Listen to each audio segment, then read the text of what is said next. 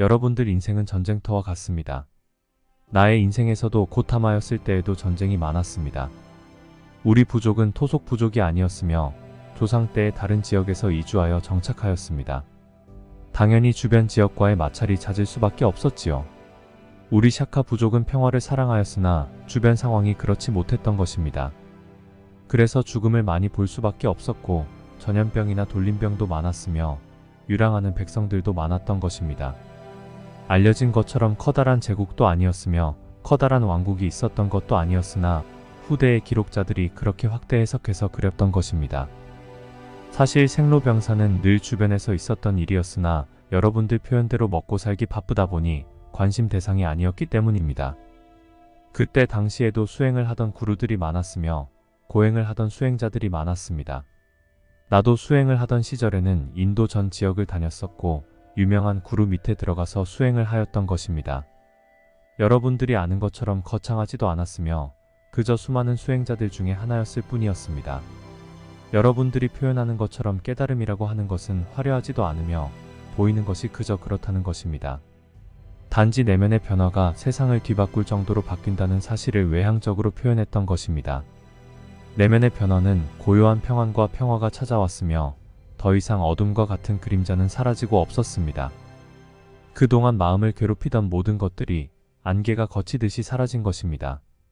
오직 밝은 빛만이 내면을 비추었으며 더 이상 폭풍이나 태풍과도 같았던 마음의 흔들림은 찾아오지 않았으며 명경지수처럼 맑고 투명한 고요함만이 있었던 것입니다. 모든 인생들이 보였으며 하나하나의 인생들이 존귀하고 사랑스럽게 보였으며 생로병사가 아름다운 교양악처럼 보이면서 파노라마가 되었던 것입니다. 모든 인생들이 나의 인생들이 되었으며 하나의 우주가 작은 미생물에서부터 거대한 우주가 하나로 연결되어 회전하고 있음을 보았습니다. 작은 곤충 속에도 작은 들풀 속에서도 인생이 같이 하고 있음을 보았으며 서로의 인생들이 분리되어 있는 것이 아니라 수레바퀴가 되어 연결되어 있음을 보았던 것입니다. 내가 찾은 평안과 평화가 맞물려서 돌아가는 수레바퀴처럼 인생들에게로 전파되어 나간다는 것을 알았으며 하나의 빛이 어떻게 전도체가 되어 전체의 등불들을 밝힐 수 있는지를 실현할 수 있었던 것입니다. 내면에 찾아온 평화는 두 번 다시 사라지지 않았습니다. 그동안 괴롭혀 오던 모든 번뇌들이 평화가 찾아오면서 사라져버린 것입니다. 나는 내면의 자아와 하나가 될 수 있었으며 과학적으로 설명할 수는 없었지만 수행을 붙들고 있었을 때에는 결코 찾을 수 없었던 것입니다. 모든 것을 놓아버리자 오히려 평화가 찾아온 것이었습니다. 깨달음을 너무 과대 포장하여 놓았기 때문에 여러분들은 화려함만을 뒤쫓고 있었던 것입니다. 깨달음은 화려하지도 아름답지도 않았습니다. 누구에게 보여주기 위함이 아니었기 때문에 격식이나 형식이 없었다는 것입니다.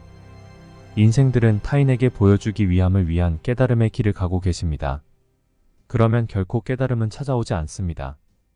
철저하게 내면의 자신과 싸워서 승리를 얻어야 하는 것입니다.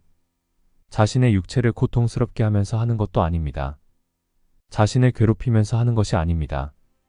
외부에 보이는 장소와 자리도 중요하지 않습니다만 현대화된 도시에서는 소음공해가 매우 심각하기 때문에 피하는 것이 좋습니다.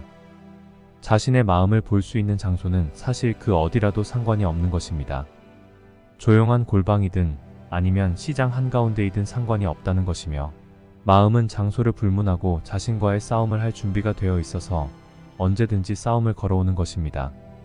전쟁에 임하는 여러가지 유형의 전술 전략들이 있겠지만 이미 마음은 나에 대해서 너무나도 잘 알고 있다는 사실입니다. 여러분들은 그런 단점을 가지고 임해야 되는 것입니다.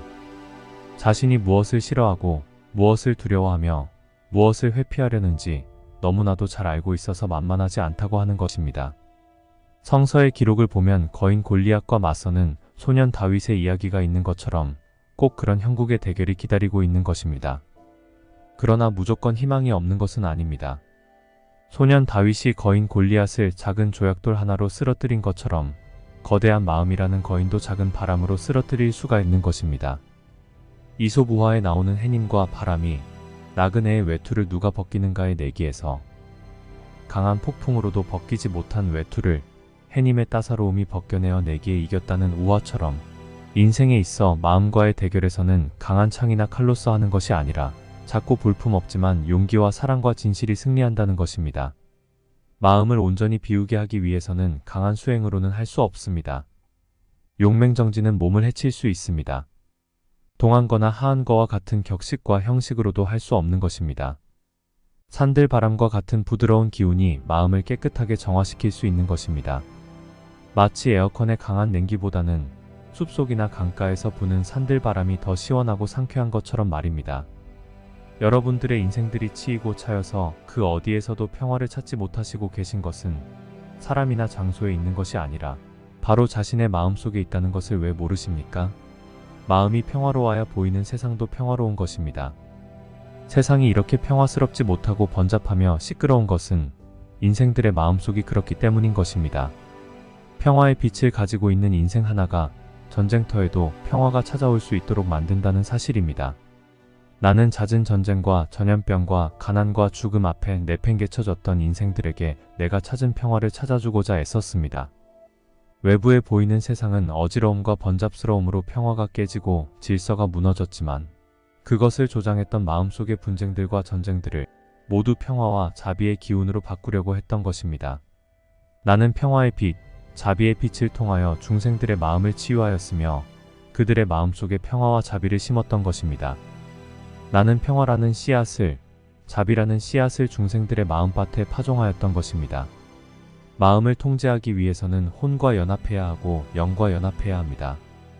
혼과 연합하는 것은 쉽지 않은 부분인데 지금까지의 인생들이 물질 세계에서 살아왔기에 그런 것입니다. 인생들은 감정과 돈의 기운에 지배를 받아왔기 때문에 그것에서 벗어나기가 쉽지 않다고 하는 것입니다. 지금의 현실은 돈에 의해 모든 구조가 지배당하고 있어서 돈이 없이는 거래가 이루어질 수 없습니다. 물물 교환은 옛 방식이지만 지금 사라져버렸고 현금과 카드, 어음, 수표, 채권 등이 인생 전반을 지배하게 되었습니다. 새로 생겨난 우상이라 할 수 있지요. 지금의 종교단체들도 돈에 의하여 유지되고 있음이니 돈을 빼고서는 지금의 사회를 말할 수 없을 것입니다.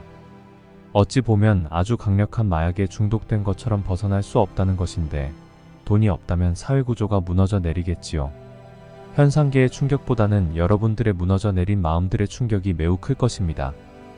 이것을 마음에서 받아들이기까지 많은 시간이 걸리겠지만 대도시를 떠나 전원으로 들어가거나 아니면 정글 오지에 들어가거나 티베트의 깊은 계곡으로 들어가면 이런 현상이 일어나지 않을 수도 있습니다. 거의 돈과는 친근하진 않지만 나름대로의 삶의 방법으로 살아가고 있으니까요. 넘쳐남과 풍족함은 인생들이 경험해야 되는 과정이지만 자신의 욕망과 욕구가 어느 정도가 되어야 만족하고 충족할지는 모른다는 것인데 마음은 쌓고 쌓아도 항상 모자란다는 것입니다. 도대체 어떻게 해야 마음을 만족시킬 수 있을까요? 세상에 누구를 만나보아도 자신의 자리에 만족하기보다는 더 올라가고 더 쌓으려고 한다는 것인데 깨진 항아리에 물을 붓는 것처럼 끝이 없다는 것입니다. 이것이 바로 물질욕구에서 나오는 탐욕이라 하는 것입니다. 어떻게 해야 만족을 할까요? 인생을 종료하고 죽음을 맞이하고 있는 상황에서도 끈을 놓지 못하는 것을 볼 수 있습니다. 욕망이라는 것은 여러분들을 물질의 노예로 전락시켜서 멸망의 길로 진입시키고도 물러설 줄 모르고 계속해서 나온다는 것입니다.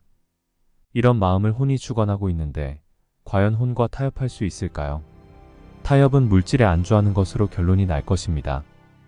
물질을 떠나서는 살 수 없다는 식으로 마음을 죄어옵니다.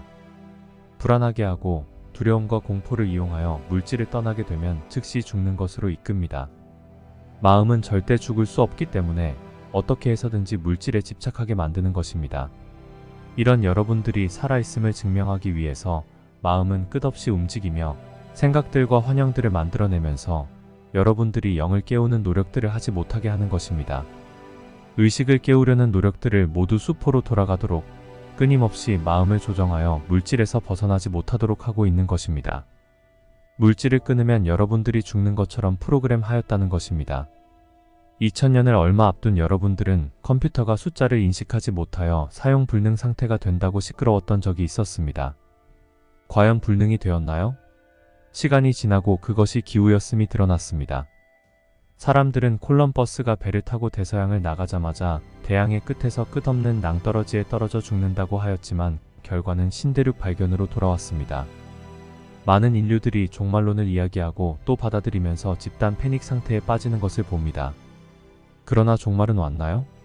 아니면 아직 더 남았나요? 우리는 미래를 알고 있습니다. 그러나 여러분들은 미래를 알지 못합니다.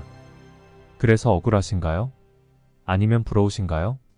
미래를 안다는 것은 아는 미래가 왜곡되지 않도록 책임질 수 있다는 뜻입니다. 마음이 욕망의 영향을 받지 않기 때문에 미래를 공개하여도 마음에서 동요가 일어나지 않는다는 것입니다. 여러분들은 어떨까요? 마음이 미래를 보고도 전혀 흔들리지 않고 동요가 일어나지 않을까요? 그렇지 않을 것입니다. 나타난 미래에 펼쳐진 모습들 속에서 개인의 이득과 욕망을 채우려는 인생들이 있을 것이고, 종말과 관련되었다면 준비하거나 포기하거나 두려움에 쌓이거나 하는 형태로 나타날 것입니다. 여러분들의 영화 등을 통하여 종말을 바라보는 마음들을 보았습니다. 바로 두려움과 공포 말입니다. 여러분들의 마음 상태로는 어떤 형태의 재난을 대비하고 준비하려고 하는 마음보다 두려움에 휩싸여서 모두 분열되고 분리되는 것을 허용하는, 그러다 결국 모두 사라지는 그런 상태였다고 하는 것입니다. 그래서 우주선이 와서 데려간다. 자신은 빛으로 바뀐다. 나머지는 모두 멸망한다는 엉뚱한 형태의 메시지들이 돌아다니고 있는 것입니다.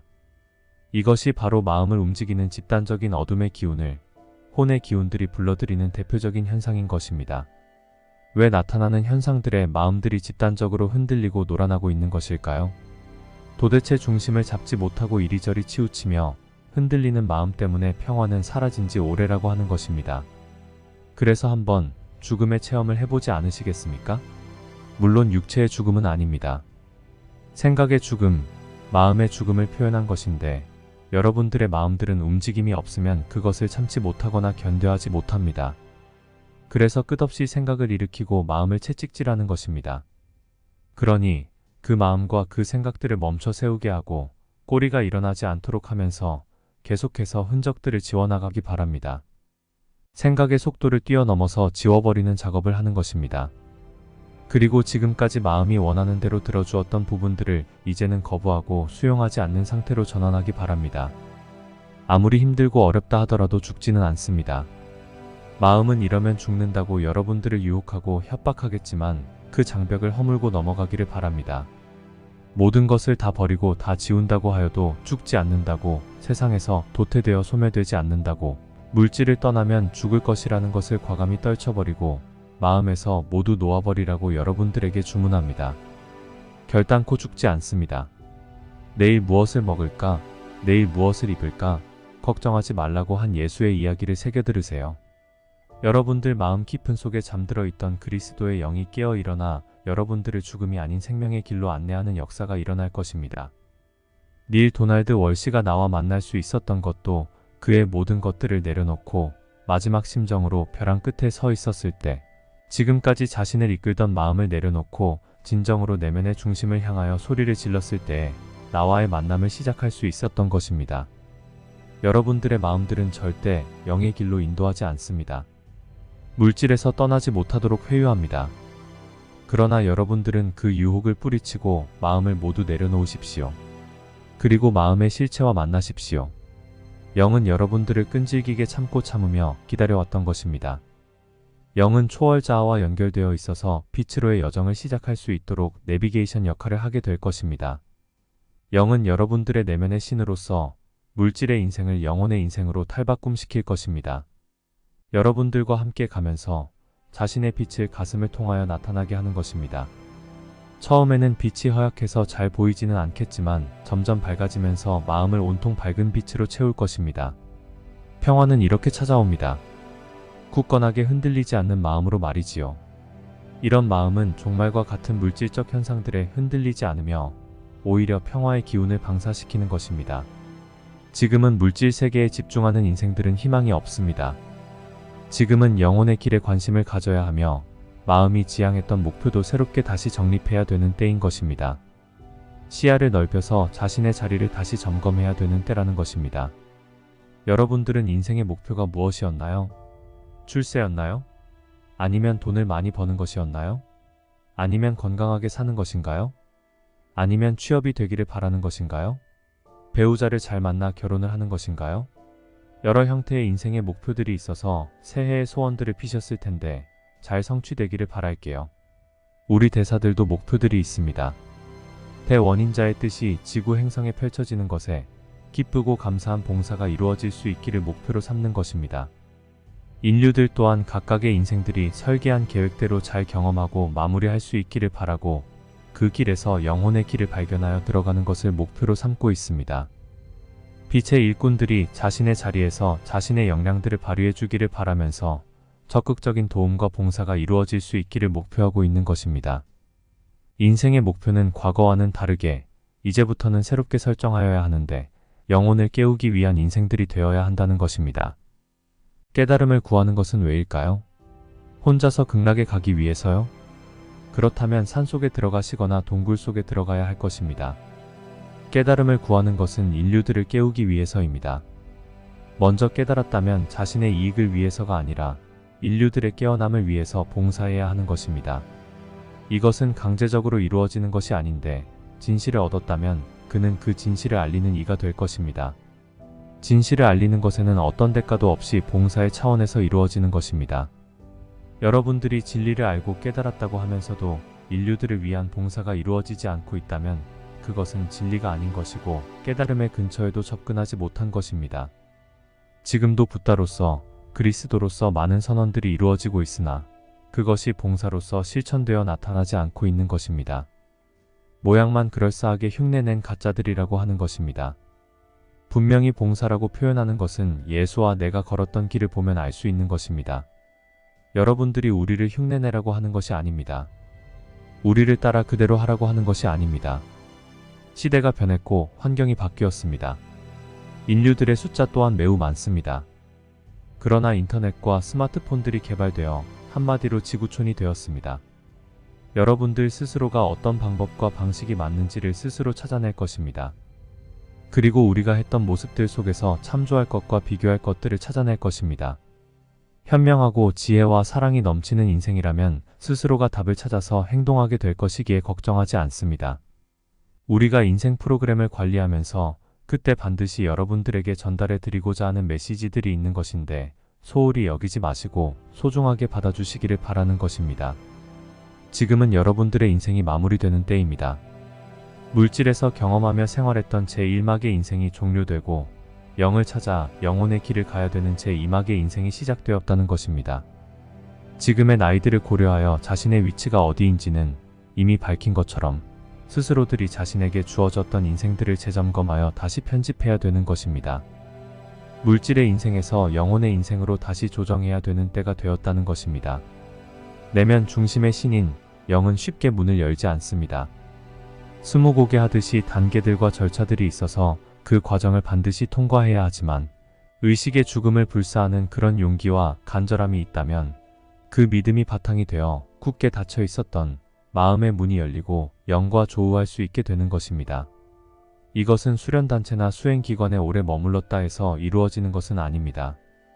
그랬다면 전국의 사찰에 소속된 스님들과 수행단체의 회원들은 모두 깨달으셨을 것입니다. 여러분들 시에도 있는 것처럼 한 송이 국화꽃을 피우기 위해 밤새워 비바람이 불었나 보다 라는 표현을 보면 여러분들의 머리 위쪽 정수리에 있는 1000개의 꽃잎을 가지고 있는 연꽃을 피우기 위해서는 어떤 노력과 실천들이 있어야 하겠는지 미루어 짐작할 수 있겠지요. 이렇게 어렵다고 해놓았기에 쉽다고 생각하지 않는 것입니다. 깨달음은 한 번의 인생으로 취할 수 없는 것입니다.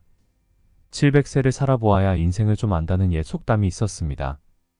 그러니 깨달음을 얻기 위해서 몇 번의 인생을 살아야 하겠는지요. 2500년 전의 고타마는 몇 번의 생이었을까요?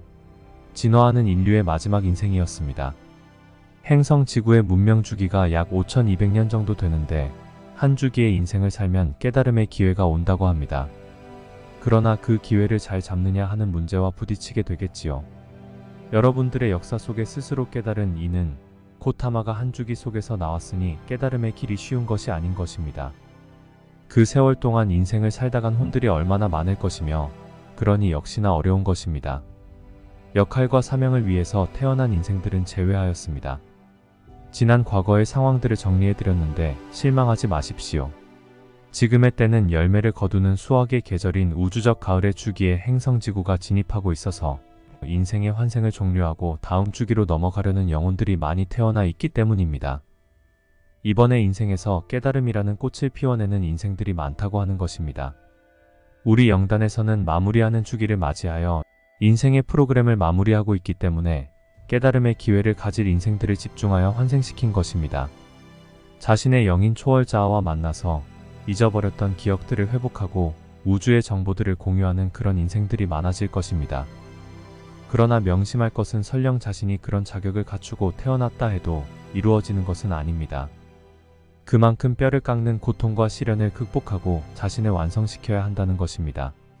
이것을 스스로의 힘에 의해 완성시킨 인생들은 의식이 열려서 우주의 네트워크와 소통을 하여 정보 공유도 하고 존재들과의 소통도 자연스럽게 이루게 되는 것입니다. 그리고 머리와 가슴이 열려서 오직 지혜와 자비와 사랑만을 가지게 되니 주변을 그렇게 변화시키는 인생이 되는 것입니다. 우리는 지금 이런 과정을 겪고 있는 인생들을 집중 관리하고 있으면서 빛의 길을 스스로 잘 가는지를 지켜보고 있는 것입니다. 우리 영단이 약속한 부분들은 차질 없이 잘 진행되고 있습니다. 여러분들의 인생들을 잘 마무리하시고 새 시대를 준비하는 제2막의 인생들이 될 수 있도록 최선의 노력들을 하시기를 부탁합니다. 빛의 길을 선택한 인생들에게 무한한 감사를 드립니다. 평화와 자비의 빛이 여러분들을 빛의 길로 안내하기를 바라면서 영단의 대사들과 함께 힘찬 응원을 보내드립니다. 나는 고타마 붓다 마르테우치였습니다.